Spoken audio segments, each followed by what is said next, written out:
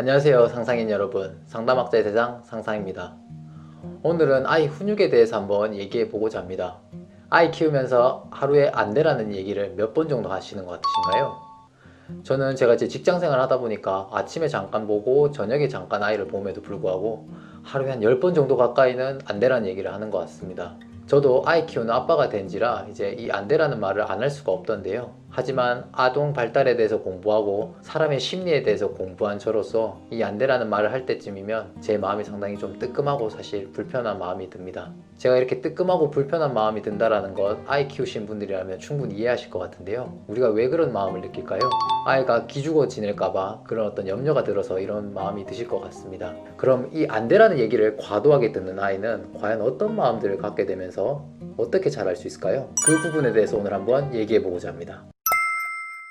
과연 우리 아이에게 이 세상은 어떤 곳일까요? 아이에게 있어서 이 세상은 기대감이 부푼 신비한 것이 많은 세상일 것입니다. 아무래도 처음 살아가는 곳이다 보니 모든 것들이 신기할 수가 있죠. 그리고 동시에 무서움과 두려움이 공존하는 세상이기도 합니다. 왜냐하면 이전에 어떤 경험들이 전혀 없기 때문에 자기가 하는 행동들이 안전한지 해도 되는지 이런 것들에 대해서 확신이 없는 세상이기 때문입니다. 그래서 우리 아이들은 부모가 하는 행동들을 유심히 관찰하면서 내가 해도 되는 행동인지 하면 안 되는 행동인지 이런 것들에 대한 어떤 기준을 갖게 됩니다. 그런데 만약 아이가 우리 엄마가 주방에서 요리를 만들기 위해서 칼질하는 걸 보고 있을 때 아이는 저 물건을 사용해도 되겠다고 생각할 수 있습니다. 엄마가 당연히 사용하고 있으니까요. 그래서 이제 아이가 주방에 가서 칼을 만지려고 하면 우리는 어떻게 하죠? 당연히 안 되라고 얘기를 합니다. 아이 입장에선 이 상황이 상당히 당혹스럽고 어떻게 해야 될지 이해하기가 되게 어려운데요. 이런 일들은 되게 여러한 경우에 발생할 수가 있습니다. 아이 입장에서 과자를 먹고 싶은데 부모가 그것을 안 된다고 하거나, 아이 입장에서 놀이터에 가서 계속 놀고 싶은데 부모님이 이제 저녁 먹어야 돼서 데리고 가야 된다고 하거나, 혹은 숟가락 말고 손으로 밥을 먹고 싶은데 손이 더러워진다고 해서 안 되라는 이야기를 듣거나, 수없이 아이 입장에서는 안 되라는 말들을 많이 들을 수 있습니다. 이렇게 많이 안 되라는 이야기를 듣게 되면 아이의 마음에서는 이런 마음들이 하나씩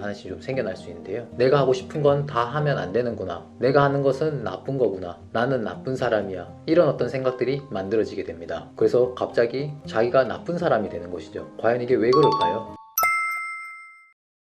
제 이야기가 약간은 터무니없이 들리실 수도 있는데 심리학적으로 한번 얘기를 드려보겠습니다. 심리적으로 어린아이는 부모님을 좋은 사람 혹은 나쁜 사람 이렇게 양분해서 이해를 하게 됩니다. 즉 어린아이는 부모님이 좋은 사람이기도 하고 나쁜 사람이기도 하는 그런 어떤 존재라는 것을 받아들일 정도로 아직 성장하지 못한 상태입니다. 우리는 살아가면서 어떤 사람을 좋은 사람이기도 하고 나쁜 사람이기도 하는 그런 어떤 복합적인 존재라는 것들을 대개 이해하고 있습니다. 하지만 어린아이는 부모님을 좋은 사람이기도 하고 혹은 나쁜 사람이기도 하라는 그런 또 통합적인 존재로서 이해할 정도로 아직 성장하지 못했습니다. 이렇게 어떠한 존재를 통합적으로 이해할 수 있는 것이 대개는 한 3세에서 5세까지 만들어진다고 알려져 있는데요. 딱 이 시기가 정해져 있는 것은 아닙니다.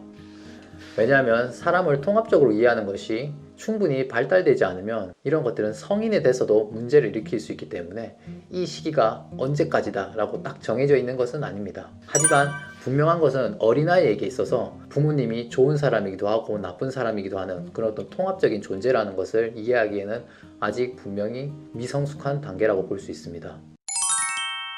예를 들어서 성인 같은 경우에 나에 대해서 나는 사소한 것에 참 집착하는 것들 좀 마음에 안 드는데 나는 그래도 성실하게 뭔가 책임감 있게 맡은 일은 잘하는 것 같아, 이렇게 생각하면서 나는 그래도 꽤 괜찮은 사람이야 이렇게 생각할 수도 있고요. 그리고 나 자신뿐만 아니라 타인에 대해서도 그 사람은 지각하는 면은 좀 마음에 들지 않지만 그 사람이 그래도 되게 독창성이 있고 창의적인 사람이어서 아이디어 뱅크여서 참 마음에 드는 부분이 있어, 이렇게 생각하면서 그 사람에 대해서도 어떤 전체적으로 사람을 이해할 수 있는 능력이 있습니다.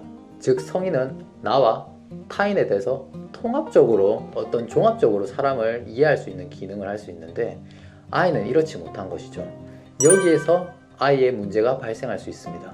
우선 우리는 상식적으로 생각해 봤을 때 좋은 사람이라면 다가가려고 할 거고요, 나쁜 사람이라고 한다면 물러나려고 하고 거리를 두려고 할 것입니다. 그런데 만약 아이에게 있어서 부모가 나쁜 사람이라면 어떨까요? 아이에게 부모란 자신의 생명을 결정지을 수 있는 절대적인 존재입니다. 그런 존재를 나쁜 사람이라고 생각하고 멀어지려고 하면 아이에게 무슨 일이 발생할 수 있을까요? 생존할 수 없고 죽음과 직결되는 문제가 발생합니다.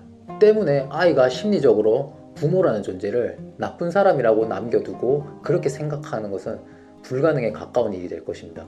바로 죽음으로 연결되는 일이니까요. 그럼 부모가 좋은 사람이기도 하고 나쁜 사람이기도 하는 그런 통합적으로 이해할 수 없고, 부모가 나쁜 사람이라면 자기에게 죽음과 결부되고 있고, 아이에게 남겨진 방법은 부모를 계속 좋은 사람으로 남겨둬야 되는 방법밖에 없습니다. 그런데 부모로부터 자신이 하고 싶어하는 행동을 계속 안 되라고 제지를 당하고, 이런 어떤 경험들에서 부정적인 감정들, 부정적인 어떤 경험들을 하게 될 때 이 경험들을 아이는 어떻게 처리해야 될까요? 여기에서 아이의 딜레마가 시작됩니다.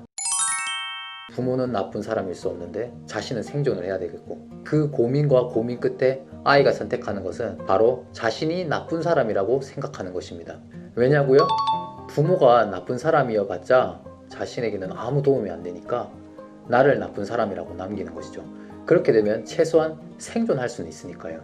일종의 최악을 피하기 위해 차악을 선택하는 과정이고, 그 결과 아이는 자신이 나쁜 행동을 하는 사람이야, 나는 나쁜 사람이야, 이렇게 생각하고 마는 것입니다.